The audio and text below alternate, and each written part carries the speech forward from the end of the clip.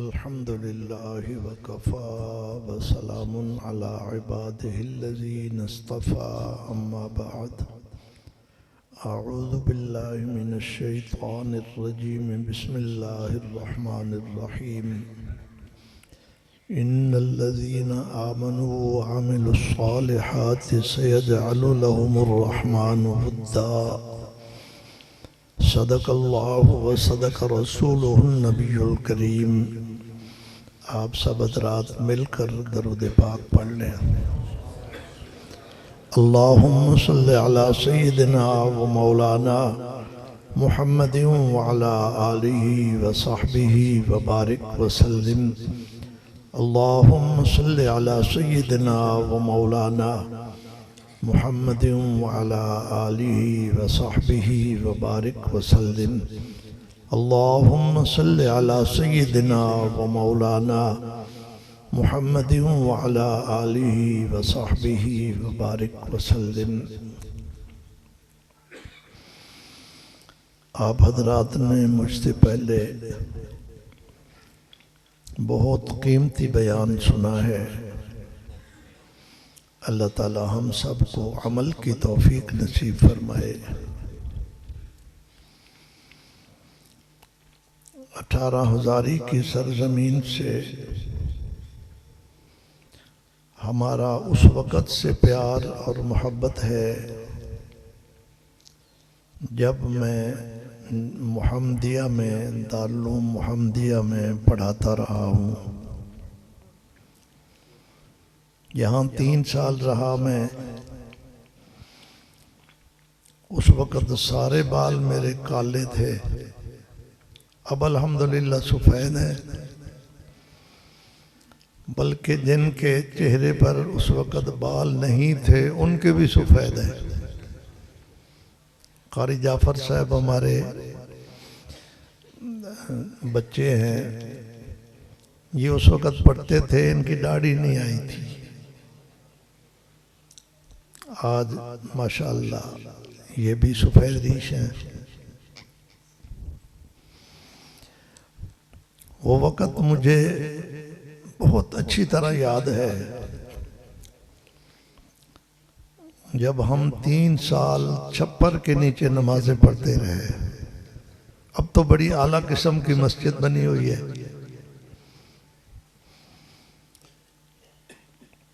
हज़रत हकीम साहब रहमतुल्लाह अलैह के साथ जो हमारा 3 साल वक़्त गुज़रा, मैं तो समझता हूँ कि सबसे ज़्यादा कीमती वक़्त हमारा वही था। उनकी रूहानियत, उनका प्यार और उनका ताल्लुक़ में अल्लाह उनकी हर अदा से टपकता था।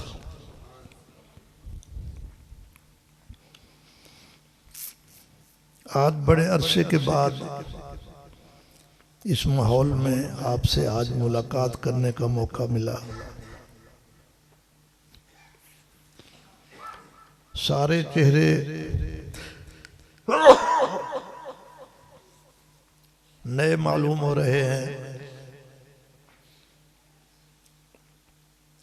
क्योंकि 40 साल का अरसा बहुत बड़ा अरसा है। आदमी दादा बन जाता है।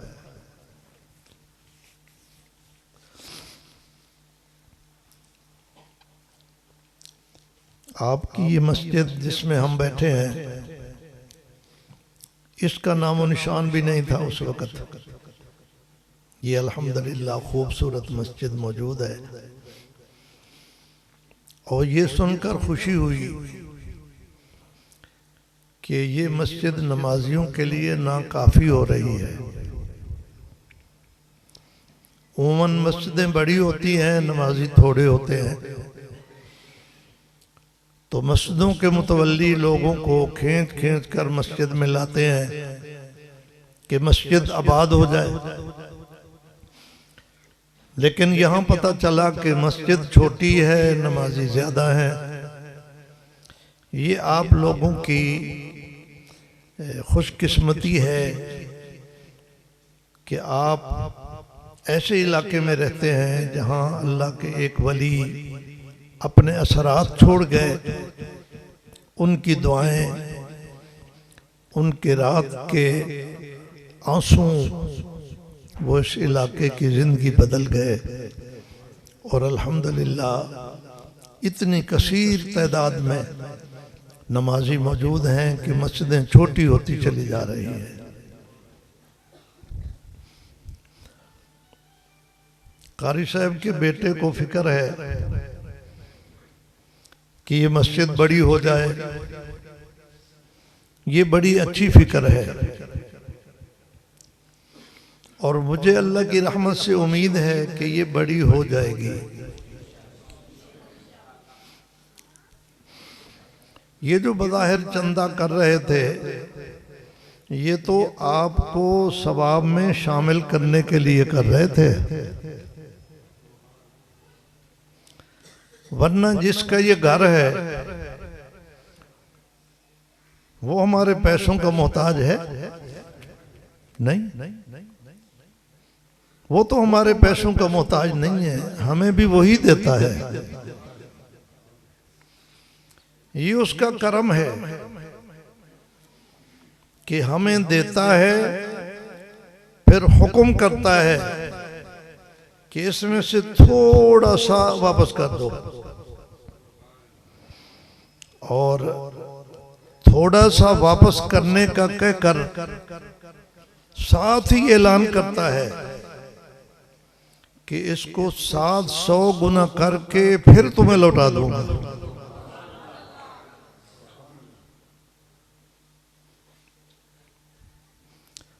और ये बात मैं ऐसे फर्जी नहीं कह रहा।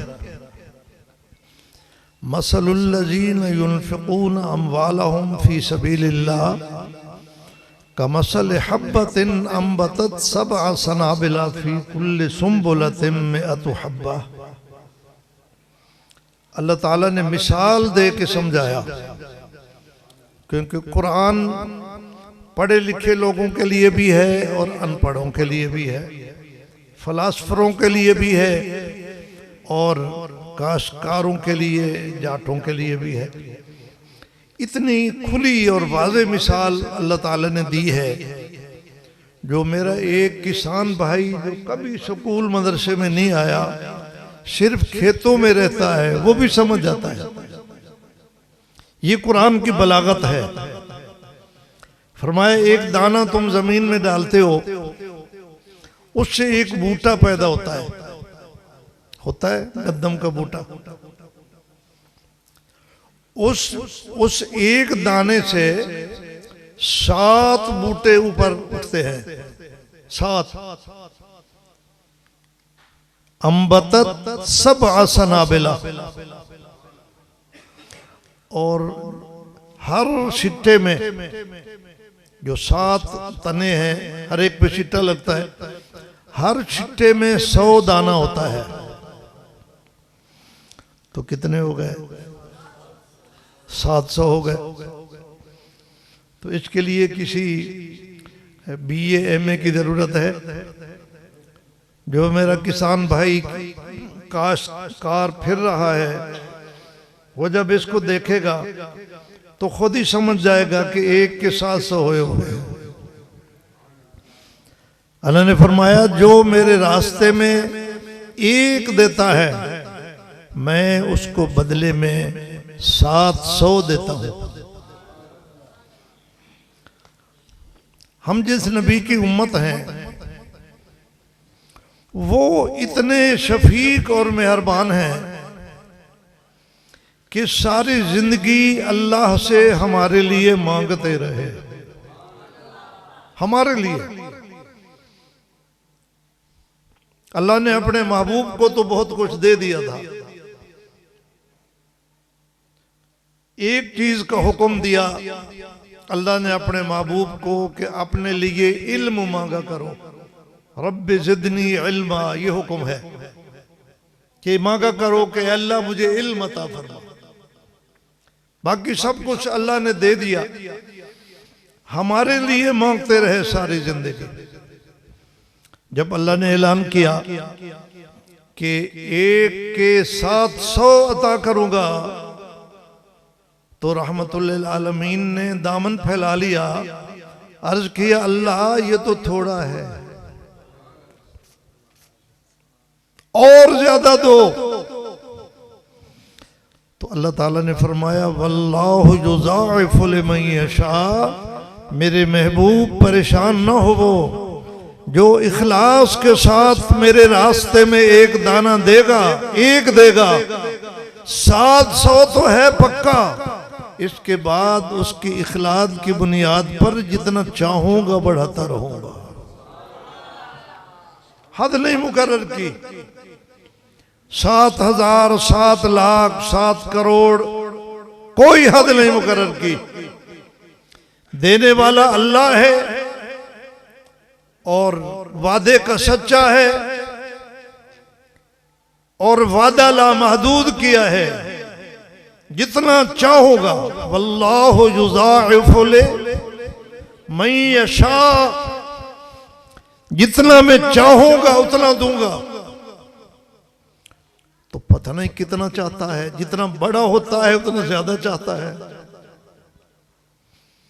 इसलिए एक रिवायत में है कि एक बंदा इखलास के साथ एक दाना खजूर का अल्लाह के राह में देता है,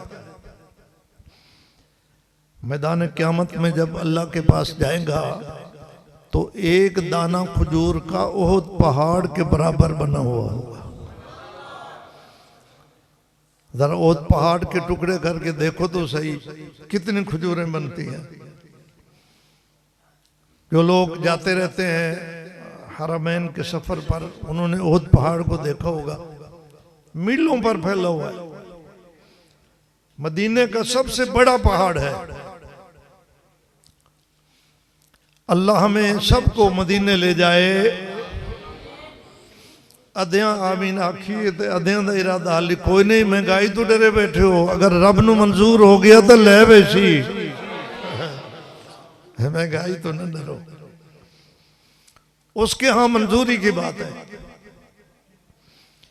मैंने वहां ऐसे लोग भी देखे हैं जिनका पाकिस्तान में न घर है, न दुकान है, न काश्तकारी है, न सनअत है, कोई कारोबार नहीं, लेकिन वहां पहुंचे हुए होते हैं। एक साहब मुझे मिले मस्जिद नबवी में, पिछली रात तहज्जुद के टाइम, पाकिस्तान के बुजुर्ग थे, वो मुझे देख के रोने लग गए। मैं उनके करीब गया, उनको जाके मिला। वो रो क्यों रहे थे? इसलिए अल्लाह की इस नेमत का शुक्र अदा करने के लिए रो रहे थे कि ये सारी दुनिया तो आई हुई है जो जायदादों वाले हैं, मैं भी आया हुआ हूं जो बगैर जायदाद के हूं, कोई उनकी जायदाद नहीं। अब वो फोत हो गए, मुझे मालूम है उनकी कोई जायदाद नहीं, पहुंचाने वाले ने पहुंचा दिया। अल्लाह आपको मदीने ले जाए।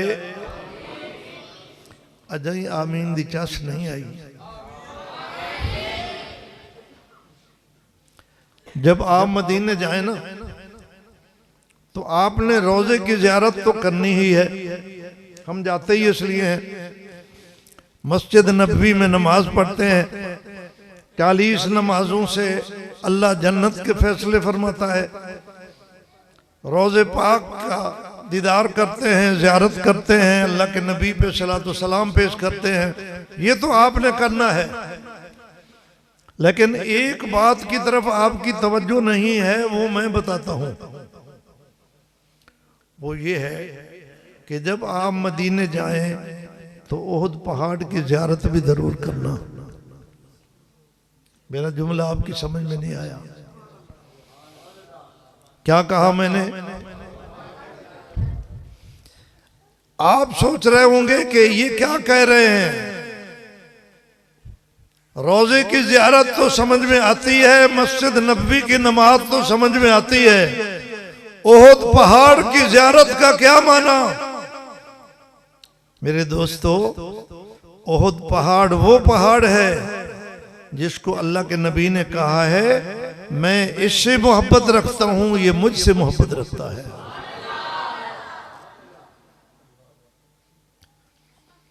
आप भी नबी के मुहिब हैं, मैं मानता हूं, लेकिन अल्लाह के नबी ने तो ऐलान नहीं किया कि ये मेरे मुहिब हैं। आपका और हमारा दावा है कि हम नबी के मुहिब हैं, लेकिन हमारी इस मोहब्बत का कोई सर्टिफिकेट नहीं है, कोई ऐलान नहीं है। ओहद पहाड़ वो खुशकिस्मत पहाड़ है दोस्तों, जिसको अल्लाह के नबी ने कहा है ये मेरा मुहिब है। मोहर लग गई ना अल्लाह के नबी की। और सिर्फ मुहिब नहीं कहा, फरमाया ये मेरा महबूब भी है। दो बातें इकट्ठी हैं, मुहिब भी है, महबूब भी है। मदीने की हर चीज बदल चुकी है, मदीने की गलियां बदली हुई हैं, वो नहीं है जो नबी के जमाने के थी। वहां की कोठियां बदली हुई हैं, वहां के दरो दीवार बदले हुए हैं, लेकिन पहाड़ ओहद आज भी वही है जो आज से 1450 साल पहले था।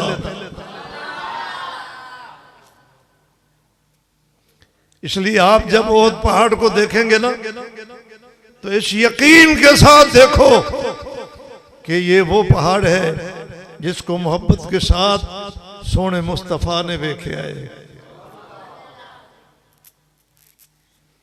और इस पहाड़ ने अल्लाह के नबी को देखा है।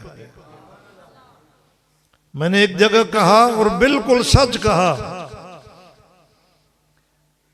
अगर ये ओहद पहाड़ इंसान होता ना तो ये सहाबी होता। ये ओहद पहाड़ अगर इंसान होता, सहाबी होता। इसलिए कि इसके ईमान की गवाही तो अल्लाह के नबी ने दे दी, और दीदार की गवाही किसी से लेने की जरूरत ही नहीं। अल्लाह के नबी जब जख्मी हुए ओहद पहाड़ के दामन में, तो यहां से जिस गार में जाके आप बैठे और पनाह ली, वो ओहद पहाड़ की गार थी। हम एक सफर में उस पहाड़ में गार में गए थे, देखा ऐसे लगता था कि आज भी हुजूर पाक सल्लल्लाहु अलैहि वसल्लम की खुशबू महक रही है। ये सहाबी होता। अल्लाह हम सबको मदीने ले जाए, लेकिन उसके लिए दो शर्तें हैं। अल्लाह अदब से ले जाए और मोहब्बत से ले जाए। बेअदबी वाले को वहां कुछ नहीं मिलता, और जो मोहब्बत से खाली है उसको ना यहां कुछ मिलता है ना कुछ वहां मिलता है। मोहब्बत वाले को यहां भी बहुत कुछ मिलता है। मेरे शेख हजरत बेहलवी रहमतुल्लाह अलैह, मौलाना अब्दुल्ला बेहलवी, जिनके खलीफा थे हकीम अब्दुल लतीफ साहब रहमतुल्लाह अलैह, अब्दुल्ला बेहलवी, अल्लाह ने उनको बड़ी शान दी थी। बुजुर्ग सारे ही शान वाले हैं, लेकिन हर फूल की खुशबू अलग अलग होती है। मौलाना अब्दुल्ला बेहलवी की शान एक अजीब मुमताज शान थी। किसी आदमी ने मन्नत मान ली, उसने कहा मेरा फला काम हो जाए तो मैं दुनिया के सब बुजुर्गों की जियारत करूंगा। बड़ी औखी मन्नत मानी। सारे बुजुर्गों को तिलाश कहां करेगा, पहुंचेगा कैसे, जियारत कैसे करेगा? मुश्किल काम है ना। रोता था, अल्लाह से दुआएं करता था कि अब मैं क्या करूं। मैंने कह तो दिया, मन्नत तो मान ली, पूरी कैसे करूं? ख्वाब आया, अल्लाह के नबी का दीदार हुआ। फरमाया परेशान होने की जरूरत नहीं, अब्दुल्ला बेहलवी की जियारत कर लो। ऐसे है जैसे सारे दुनिया के बुजुर्गों की जियारत कर दी है।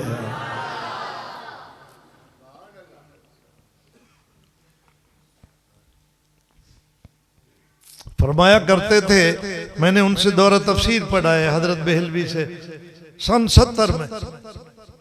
सन 70 में दौरा तफसीर पढ़ा, 2 महीने हम उनके कदमों में रहे, उनकी जूतियां उठाई। फरमाते थे कि जिस आदमी को हुजूर से मोहब्बत है लेकिन मदीने जा नहीं सका, वो यहां रहते हुए भी वहां है। और जिसके दिल में हुजूर की मोहब्बत नहीं है, वो सफर करके मदीने पहुंच गया है, वहां पहुंचकर भी यहां है। समझे नहीं आप? बात मोहब्बत से बनती है। वहां बहुत सारे मुनाफिकीन भी रहते थे मदीने में, उनकी तो कोई शान नहीं। हुजूर के पीछे नमाजें भी पढ़ते थे। अब्दुल्ला इब्न उबई का नाम आपने सुना। मुनाफिक के दिल में मोहब्बत नहीं होती, ऊपर ऊपर से जुबानी कलामी बातें होती हैं। हुजूर पाक सल्लल्लाहु अलैहि वसल्लम ने अपनी शफकत से, मेहरबानी से उस अब्दुल्ला बिन उबई की नमाज जनाजा भी पढ़ाई, क्योंकि बज़ाहिर कलमा पढ़ता था, उसका बेटा मुसलमान था, उसकी ख्वाहिश थी कि मेरे बाप का जनाजा पढ़ाएं, शायद इसकी बख्शिश हो जाए। लेकिन जनाजा पढ़ाने के बाद आसमान से कुरान आया, अल्लाह ने ऐलान किया, फरमाया आइंदा किसी इस तरह के मुनाफिक का जनाजा नहीं पढ़ाना, और इस तरह के किसी मुनाफिक की कब्र पर खड़ा भी नहीं होना, इसलिए कि आप इसका जनाजा भी पढ़ा दें, इसके लिए इस्तिग़फ़ार भी कर दें। इसके दिल में आपकी मोहब्बत नहीं है, इसके दिल में ईमान नहीं है, बख्शिश नहीं होगी, बख्शिश नहीं होगी। उसके लिए ईमान शर्त है।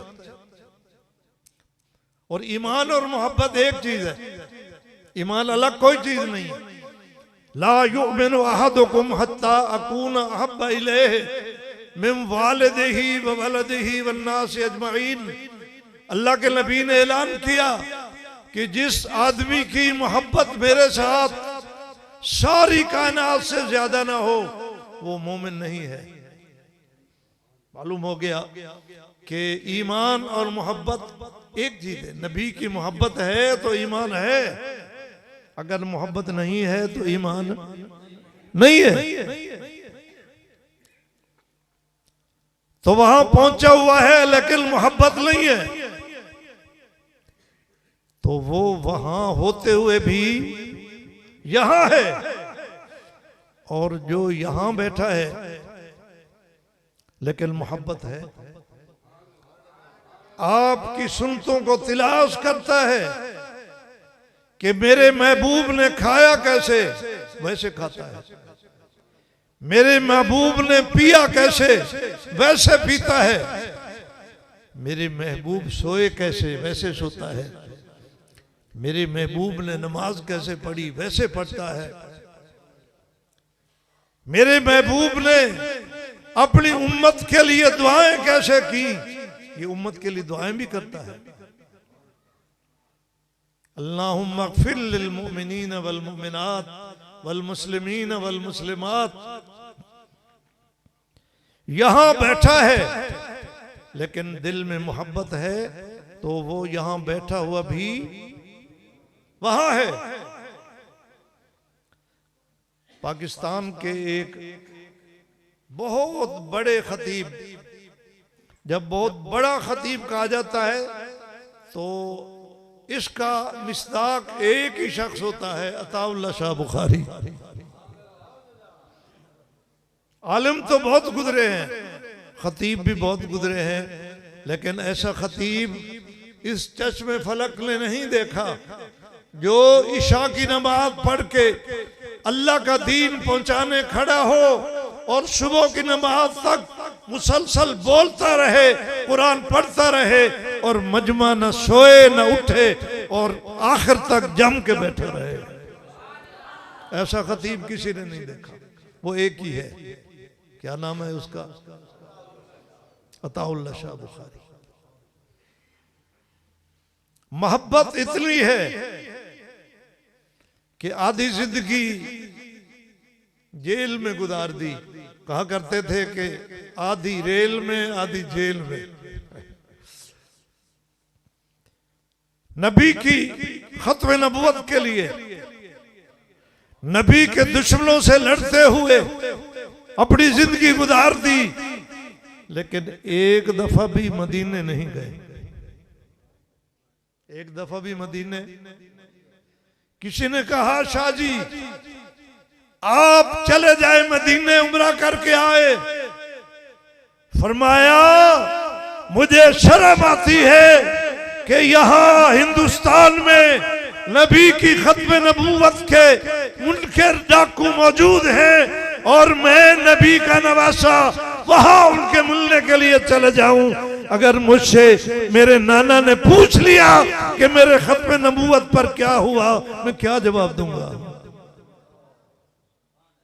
नहीं गए। लेकिन अल्लाह के नबी को प्यारे कितने थे। वहां एक आलिम उम्रा करके आए, खाम में अल्लाह के नबी मिले। कहा जब पाकिस्तान में जाओ मेरे बेटे अताउल्लाह को मेरा सलाम देना। बात मोहब्बत की है। अल्लाह हमें भी मोहब्बत नसीब फरमाए। आपने नाम सुना होगा उवैस करनी का, सुने? ये यमन में रहते थे। ये कर्ल का जो इलाका है ये यमन में है। मदीने नहीं आए सारी जिंदगी हुजूर की मौजूदगी में। कई दफा इरादा किया कि मैं मदीने जाऊं, अल्लाह के नबी का दीदार करूं, ज़ियारत करूं, तालीमात हासिल करूं। लेकिन उवैस करनी की अम्मा बूढ़ी थी, कोई संभालने वाला नहीं था और अल्लाह के नबी का फरमान उनको पहुंचा हुआ था कि मां की खिदमत जरूरी है। मां को बेसहारा छोड़कर कहीं जाने की इजाजत नहीं है। नबी के इस फरमान को उवैस करनी ने पल्ले बांधा। दिल में मोहब्बत भी है, इश्क भी है, शौक भी है। हर वक्त रोते हैं, तमन्ना करते हैं कि मदीने जाऊं, अपने महबूब का दीदार करूं, लेकिन नहीं जा सके इसलिए कि नबी के एक फरमान पे अमल कर रहे हैं। अल्लाह के महबूब हुजूर पाक सल्लम के यहाँ उनका मकाम ये है। फरमाया उमर फारूक एक बंदा कर्न से आएगा यमन से, मेरी उम्मत के लिए उससे दुआ कराना।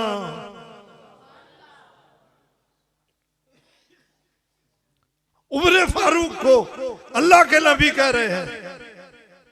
अल्लाह के नबी तो खुद भी दुआएं करते थे उम्मत के लिए। अल्लाह के नबी की दुआएं कोई उम्मत के लिए मामूली तो नहीं है,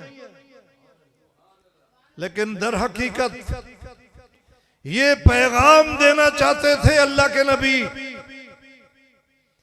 कि कहीं उवैस करने को मामूली समझ लो कि वो शर्फ साबियत नहीं हासिल कर सका, मदीने नहीं आ सका, मुझसे मिल नहीं सका, कहीं उसको मामूली न समझना। अल्लाह के यहाँ और मेरे यहाँ उसका मकाम इतना है कि जिनको शर्फ साबियत हासिल हो गया है उनके लिए भी उनकी दुआ जरूरी है। फारूक मेरी उम्मत के लिए दुआ कराना उवैस करने से। अल्लाह हम सबको मदीने ले जाए और दो शर्तों के साथ ले जाए, आदाब के साथ ले जाए और मोहब्बत के साथ ले जाए। अदब का तकाजा ये है कि मदीने की किसी चीज पे एतराज ना हो, यह अदब का तकाजा है। जब किसी चीज से मोहब्बत होती है, किसी शख्स से मोहब्बत होती है तो उसकी तरफ निस्बत पाने वाली हर चीज प्यारी लगती है। ऐसे है जी। अगर कोई मेरा दोस्त मुझे हदिया दे दे, हो दोस्त मोहब्बत वाला, तो मैं उसको फेंक दूंगा? क्या करूंगा? चूमूंगा, सीने से लगाऊंगा कि मेरे दोस्त का हदिया है।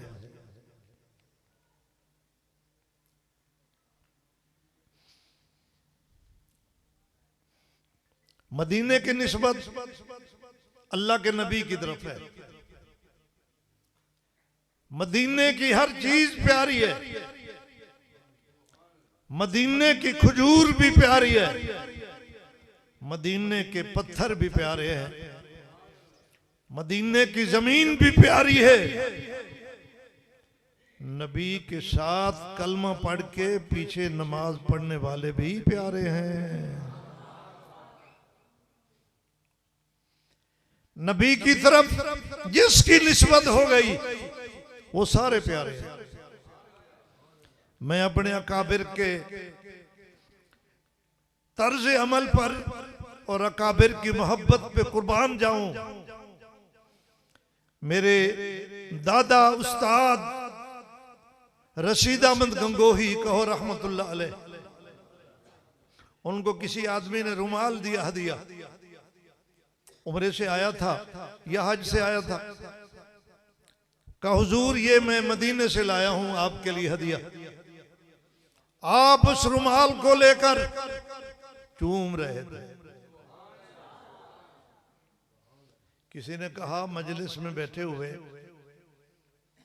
कि मुफ्ती साहब आप इस रुमाल को चूम रहे हैं, इस पर तो मुहर जापान की लगी हुई है, ये जापान का बना हुआ है। सुनो आशिक का जुमला। फरमाया मैं भी समझता हूं कि ये जापान में बना है, लेकिन मेरे पास जब आया है तो मदीने से आया है, इसको मदीने की हवा लगी हुई है। मदीने की हवा, इस मदीने की निस्बत नबी के साथ है। वहां मदीने में कायनात की सबसे बड़ी हस्ती सोई हुई है। मेरे बुजुर्गों ने कहा है कि मदीने की वो जगह जहां अल्लाह के महबूब सोए हुए हैं, उस जगह की शान बैतुल्लाह से भी ज्यादा है, अर्शे मुअल्ला से भी ज्यादा है। ये मोहब्बत की बात है। मेरे दूसरे दादा उस्ताद मौलाना कासिम नानोतवी रहमतुल्लाह अलैह हज के लिए जब तशरीफ ले गए, पुराने जमाने की बात है, ऊंटों पर सफर करते थे। मदीने के जब करीब आए, मस्जिद के मीनार नजर आने लगे, ऊंट से छलांग लगा दी, पैदल चलने लग गए। ऊंट चलाने वाले ने कहा हुजूर ये क्या कर रहे हो? ये हिंदुस्तान की जमीन नहीं, ये अरब की जमीन है, पथरीली जमीन है, आप नहीं चल सकेंगे। फरमाया मुझे शर्म आती है, मैं नबी के शहर में सवारी पर दाखिल हूं, पैदल जाऊंगा। और दूसरे लम्हे में जूती भी उतार दी। उसने कहा हजरत ये क्या कर रहे हो? आपके नर्म नाज़ुक पांव इन पत्थरों को बर्दाश्त नहीं कर सकेंगे। फरमाया कोई बात नहीं, मेरे पांव जख्मी हो जाएंगे ना।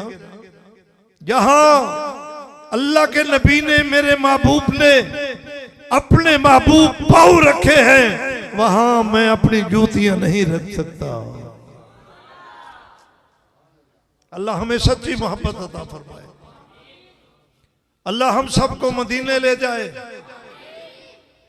वहां हमने लोगों को देखा है कि जब रोज़े पाक पर सलाम पढ़ने के लिए जा रहे होते हैं ना, तो मोबाइल में वो बना रहे होते हैं, पता नहीं उसको क्या कहते हैं, मूवियां,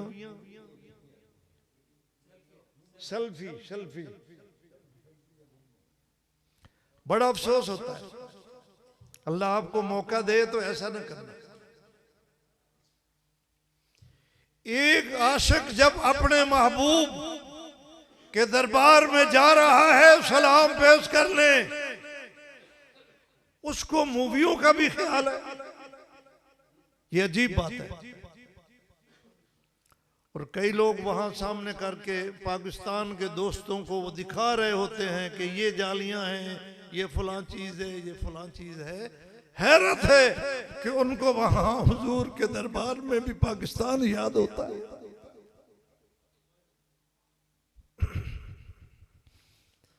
मैंने मक्की साहब से सुना है, मक्की साहब जो मशहूर हैं, मक्का मुकरमा में रहते हैं, मोहम्मद मक्की, आपने नाम सुना हुआ है, वहां दर्स भी देते हैं। मैंने उनकी जुबान से सुना है, उनके अब्बा जी थे मौलाना खैर मोहम्मद मक्की रहमतुल्लाह अलैह। वो सच्चे आशिक रसूल थे। वही इनको भी ले गए और वहां दर्स शुरू कराया। वो दर्स देते थे मक्का मुकरमा में, और कभी कभी मदीने में आते थे हाजिरी के लिए। तो मक्की साहब फरमाते हैं, मैं एक दफा आया पाकिस्तान से, वहां गया तो मेरे अब्बा जी रोज़े पाक पर मुराकबा कर रहे थे, बैठे थे। मैंने करीब जाकर सलाम किया, मुसाफा किया। अब्बा जी ने जवाब दिया, मुसाफा किया, फिर बैठे रहे। थोड़ी देर के बाद उठ के चल पड़े। मैं भी उनके साथ साथ पीछे चल पड़ा। पाकिस्तान से गए थे, पहली मुलाकात थी। जब हम रोज़े पाक से आगे गुजर गए, दूर हो गए, तो मैंने कुछ बातें करनी शुरू की। मुझे ऐसे महसूस हुआ कि मेरे अब्बा ने मुझे नहीं पहचाना। बैठे कहां थे? महबूब के दरबार में। बेटे को नहीं पहचाना। कहते हैं मैंने अपना तारुफ कराया कि अब्बा जी मैं आपका बेटा हूं, पाकिस्तान से आया हूं, मोहम्मद मेरा नाम है। फिर गौर से देखा, देर के बाद कहा, अल्लाह की कसम मैं जब वहां बैठा था और अब तक मैंने तुझे नहीं पहचाना, इसलिए कि मैं अपने यार में मस्त बैठा था। अल्लाह हमें ऐसा इश्क दे तो फिर जब जाएंगे झोलियां भर भर के लाएंगे। वो तो तकसीम कर रहे हैं फ्यूजात, झोलियां भर भर के लाएंगे। अल्लाह हमें मोहब्बत के साथ और आदाब के साथ वहां पहुंचने की तौफीक दे। क्योंकि आप बहुत कुछ सुन चुके हैं। मैंने जो आयत पढ़ी थी मैं उसकी तरफ नहीं आया। दो चार बातें मैंने टूटी फूटी जिक्र की हैं। मैं अपनी बात को यहीं ख़त्म करता हूँ। आखिर में एक दो आपसे वादे लेता हूँ। अगर आप मेरे साथ वादा करेंगे तो आपको भी फायदा होगा और मुझे भी सवाब होगा। पहला वादा तो मैं ये लेता हूं कि आप नमाज कज़ा न किया करें। वादा करते हो? अगर कभी कज़ा हो जाए तो उसकी कज़ाई दे लिया करो। नाम आमाल में कज़ा नमाज छोड़ देना ठीक नहीं। जिंदगी का कोई पता नहीं। बड़े लोग हंसते खेलते हुए घर से निकलते हैं, वापस उनकी लाशें आती हैं। हम देख रहे हैं रोजमर्रा। लोग हंसते खेलते हुए सोते हैं, सुबह को उनके जनाजे उठते हैं। तो मौत का तो कोई पता नहीं, टाइम मुकर्रर है, अल्लाह के इल्म में, हमारे इल्म में नहीं। तो नमाज अल्लाह का फरीजा है। जब कज़ा हो जाए तो उसकी कज़ा दे लो, नाम अमाल में न रखो। मरने के बाद इसका कोई बदल नहीं है। यहां अल्लाह ने उसकी कदा रखी है। तो आप हजरात नमाज की पाबंदी करें, कोशिश करें जमात के साथ पढ़ने की। दूसरा आपसे वादा ये लेना है कि अपने बच्चों को कुरान जरूर पढ़ाएं। पढ़ाओगे? मैं ये नहीं कहता कि सिर्फ कुरान पढ़ाओ, स्कूल भी पढ़ाओ। ये निजाम, मुल्क का निजाम, दूसरा निजाम, वो भी हमने चलाना है। हमारी सहूलत के लिए सारी चीजें हैं, जो साइंसी इजादात है, हमने करना है सब कुछ। लेकिन सबसे पहले अपने बच्चों को कुरान पढ़ाएं। अपने आप को यूरोप पर क्यास न किया करो। काफिर की सोच और है, मोमिन की सोच और है। अपने आप को अमेरिका पे क्यास न किया करो। गैर मुस्लिम की सोच और है, मुस्लिम की सोच और है। उसकी निगाह मादे पर है, मुसलमान की निगाह जन्नत पर है। ये तो हमारा घर ही नहीं, यहां से तो हम सफर करते हुए गुजर रहे हैं। हमारा घर जन्नत है। इसलिए सबसे पहले हमारे बच्चे के सीने पर कुरान लिखा हुआ होना चाहिए। उसके बाद आप उसको प्राइमरी पढ़ाएं, मिडिल पढ़ाएं, मैट्रिक पढ़ाएं, एफए पढ़ाएं, एफएससी पढ़ाएं, बीए पढ़ाएं, बीएड कराएं, एमए पढ़ाएं, एमफिल कराएं, पीएचडी कराएं, डॉक्टर बनाएं, इंजीनियर बनाएं। इंशाअल्लाह अगर कुरान का हाफिज होगा तो डॉक्टर बन जाएगा, उसकी दवाई में भी तासीर होगी। मैंने कई सारे कुरान के हाफिजों को देखा है जो डॉक्टर बन जाते हैं। वो जब दवाई डाल रहे होते हैं या टीका लगा रहे होते हैं तो पढ़ते हैं बिस्मिल्लाहिर्रहमानिर्रहीम। बिस्मिल्लाह में अल्लाह के 3 नाम हैं। लफ्ज अल्लाह भी है, रहमान भी है, रहीम भी है। और बिस्मिल्लाह कुरान की आयत है। ये अगर किसी तराजू में रखी जाए तो 7 आसमानों से ज्यादा भारी है। बिस्मिल्लाह, बिस्मिल्लाह पढ़ के जो टीका लगा रहा है कितना बरकत वाला होगा। सब कुछ पढ़ाओ, लेकिन सबसे पहले बोलो कुरान पढ़ाओ। और कुरान आपको मिलेगा मस्जिद में। स्कूलों में भी इंतजाम अब हो रहा है, लेकिन कुरान पढ़ाने वाले खुद भी नहीं पढ़े हुए होते। अल्लाह करे कोई अच्छा इंतजाम हो जाए। अगर एक आदमी खुद सही कुरान नहीं पढ़ा हुआ तो वो हमारे बच्चों को क्या पढ़ाएगा। यहां मस्जिद में कुरान का कारी होता है, हाफिज होता है, अच्छे तरीके से सेहत के साथ कुरान पढ़ाता है। तो आप स्कूल पढ़ाएं, लेकिन 1 घंटा आधा घंटा निकाल कर अपने बच्चों को मस्जिद में भेजें और अपने बच्चों को कुरान पढ़ाएं। पढ़ाओगे? एक वाकया मैं आपको इस पर सुनाता हूं। तो थके तो नहीं बैठे? जज़ाकुमुल्लाह। मुझे भी यही तवक्को थी, क्योंकि 18 दारी वाले लोगों को मैं बड़ा बहादुर समझता हूँ, बल्कि सारे जंग वाले। क्योंकि जब डाका मारने पे आते हैं तो किसी से नहीं डरते, और जब इस्लाम पे कुर्बान होने के लिए आते हैं तो भी किसी से नहीं डरते। अल्लाह ने जंग वालों को ये खुसूसियत दी है। हमारा भी आबाई घर जंग है, हम सियाल हैं, यहीं से गए हुए हैं, हमारे आबा वजदाद यहीं से गए हैं। तो यहाँ की तारीफ करके मैं कुछ अपनी भी तारीफ कर रहा हूँ। अल्लाह अकबर। यूरोप के अंदर एक पाकिस्तान से तालिब इल्म चला गया आला तालीम के लिए। जब हमारे ज़हीन लोग वहां जाते हैं तो वहां के लोग इनके ऊपर डोरे डालते हैं, उनको काबू करते हैं, उनके ख्यालात को बदलते हैं।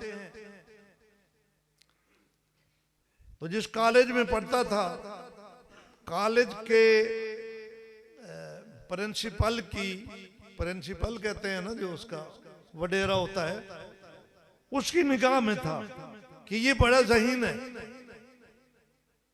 वो था कुरान का हाफिज। हाफिजों का वैसे ही हाफजा तेज होता है।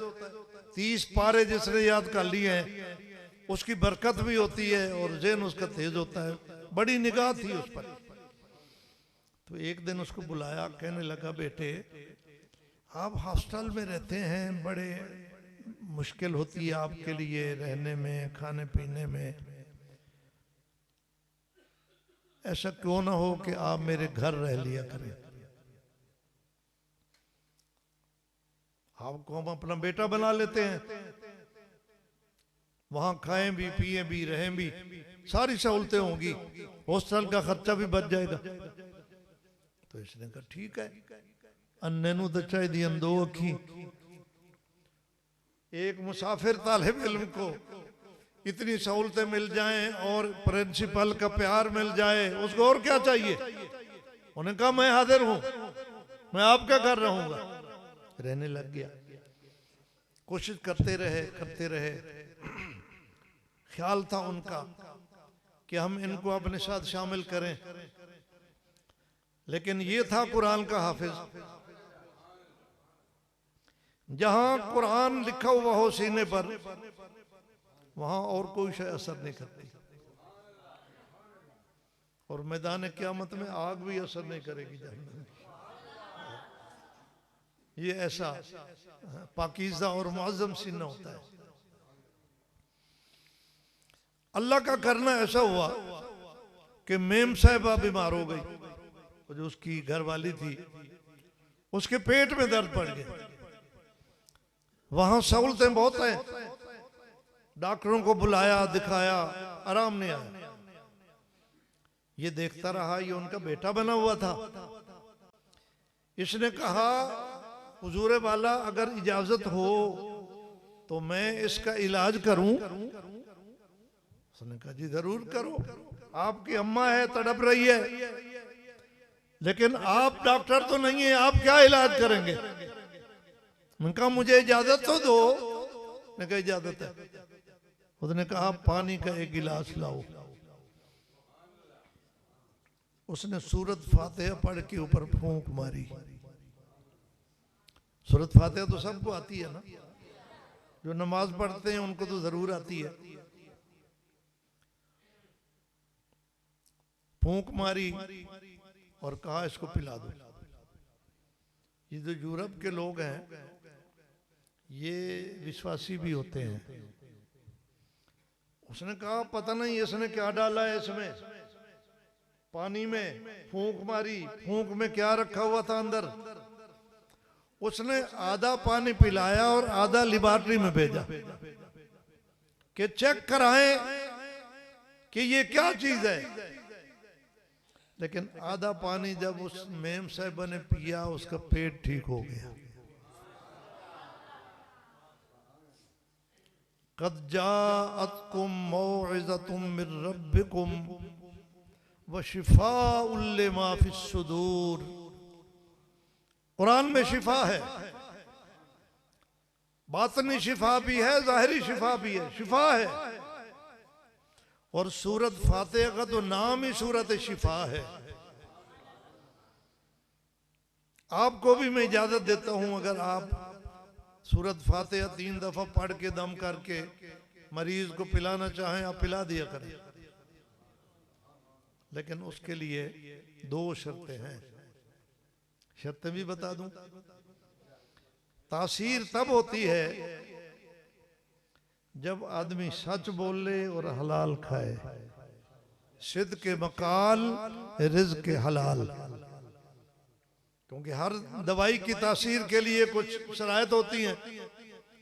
जो आदमी हलाल खाता है और हमेशा सच बोलता है, मैं आपको यकीन दिलाता हूं, आप सूरत फातिहा पढ़ के फूंक मारें, अल्लाह शिफा देगा। और इसका वाक़या हदीस पाक में भी मौजूद है, बुखारी शरीफ में। एक दफा सहाबा किराम की एक जमात गई एक जगह, वहां बस्ती वालों से मेहमानी तलब की। मुसाफिर जो थे, होटल तो होते नहीं थे, उनने मेहमानी नहीं दी। अल्लाह ताला ने उन बस्ती वालों का जो चौधरी था ना बड़ा, उसको पकड़ लिया। ये जो सहाबा थे नबी के गुलाम, इनका तो अल्लाह से बड़ा गहरा ताल्लुक होता है। अल्लाह ताला को गुस्सा आया, उनके चौधरी को पकड़ लिया, वो बेहोश होके गिर पड़ा। दवा करते रहे, भागते रहे, फायदा कोई ना हुआ। बिरादरी का बड़ा था, सरदार था, सारे लोग परेशान थे। किसी ने कहा यहाँ कुछ लोग आए हुए हैं, उनके चेहरों से मालूम होता है कि ये कोई अच्छे लोग हैं, शायद उनके पास कोई मंत्र हो, जाओ उनको अपील करो, वो आके इस पर दम कर दें, शायद ठीक हो जाए।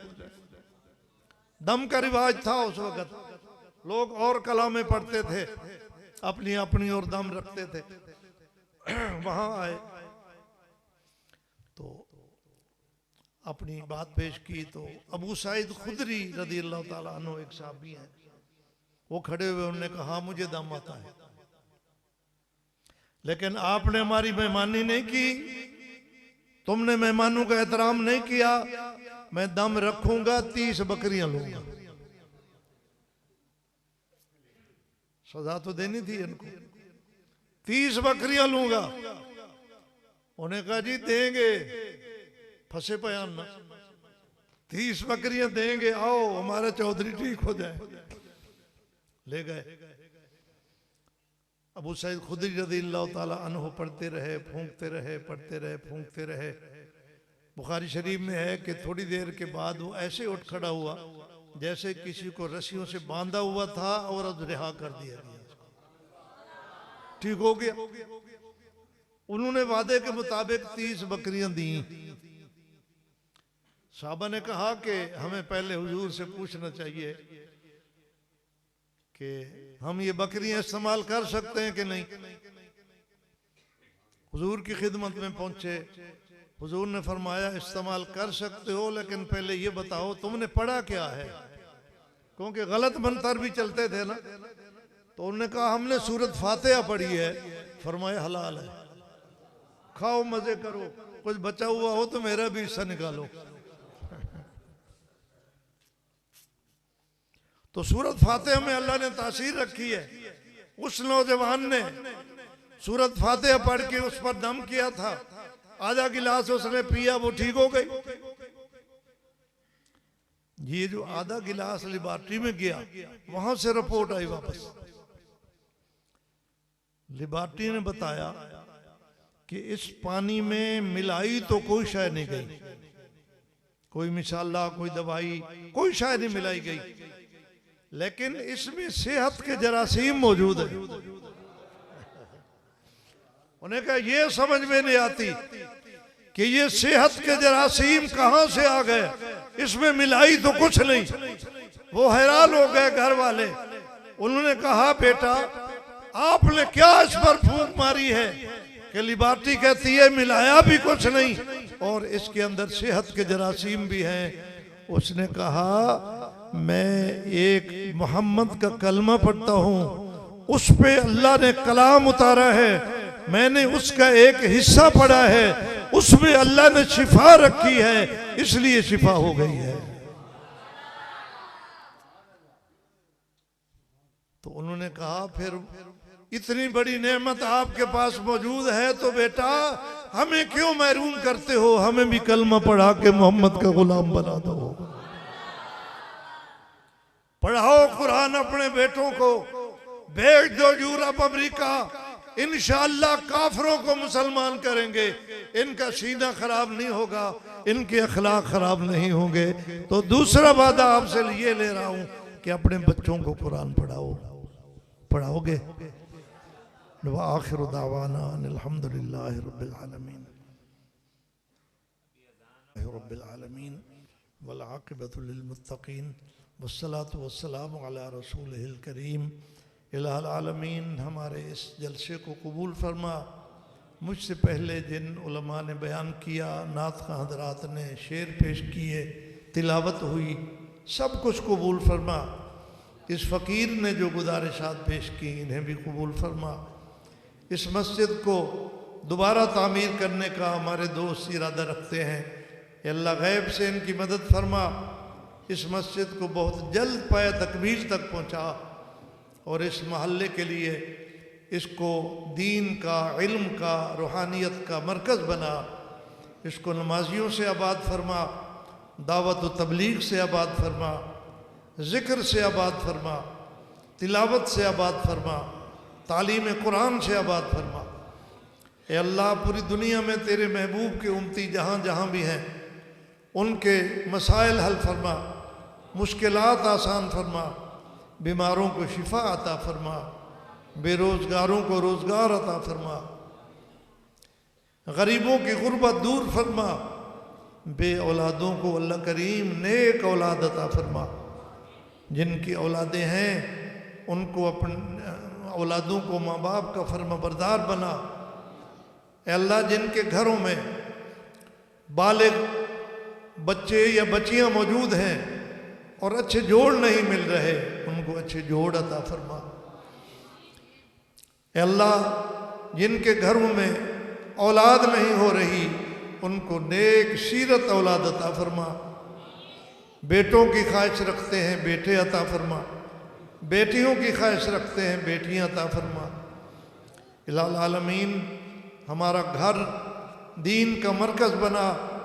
हमारे घर से कुरान की आवाज़ आए, ज़िक्र की आवाज़ आए, तेरे महबूब की सुन्नतों का राज हो, तेरे दीन की रोशनी हो।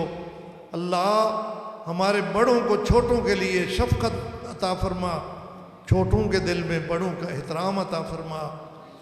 बहन को भाई से, भाई को बहन से प्यार अता फरमा। पड़ोसियों के हुकूक अदा करने की तौफीक अता फरमा। हमारे पाकिस्तान को खुशहाल फरमा। ए अल्लाह, पाकिस्तान की सरहदों की हिफाजत फरमा। पाकिस्तान में हमें अपनी आँखों से आईने कुरान दिखा। इलाल आलमीन, पाकिस्तान के लोगों को पाकिस्तान की सरजमीन से मोहब्बत अता फरमा। इनको एक दूसरे से प्यार अता फरमा।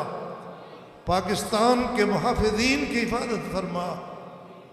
पाकिस्तान को अमन का गहवारा बना। जो लोग पाकिस्तान की तरफ मैली नजरें उठा रहे हैं, अल्लाह उनको हिदायत अता फरमा। अल्लाह, पूरी दुनिया में तेरे महबूब के उम्मती जहाँ भी हैं उनके ईमानों की हिफाजत फरमा, उनके अमाल की हिफाजत फरमा, अखलाक की हिफाजत फरमा। अल्लाह करीम, इस मजमे में जितने लोग दुआएं अपने दिलों में लेके बैठे हैं, अपने महबूब के सदके उन सब की दुआओं को कबूल फरमा। और सल्लल्लाहु तआला अला खैर खल्क़िही मुहम्मद व अला आलिही व अस्हाबिही।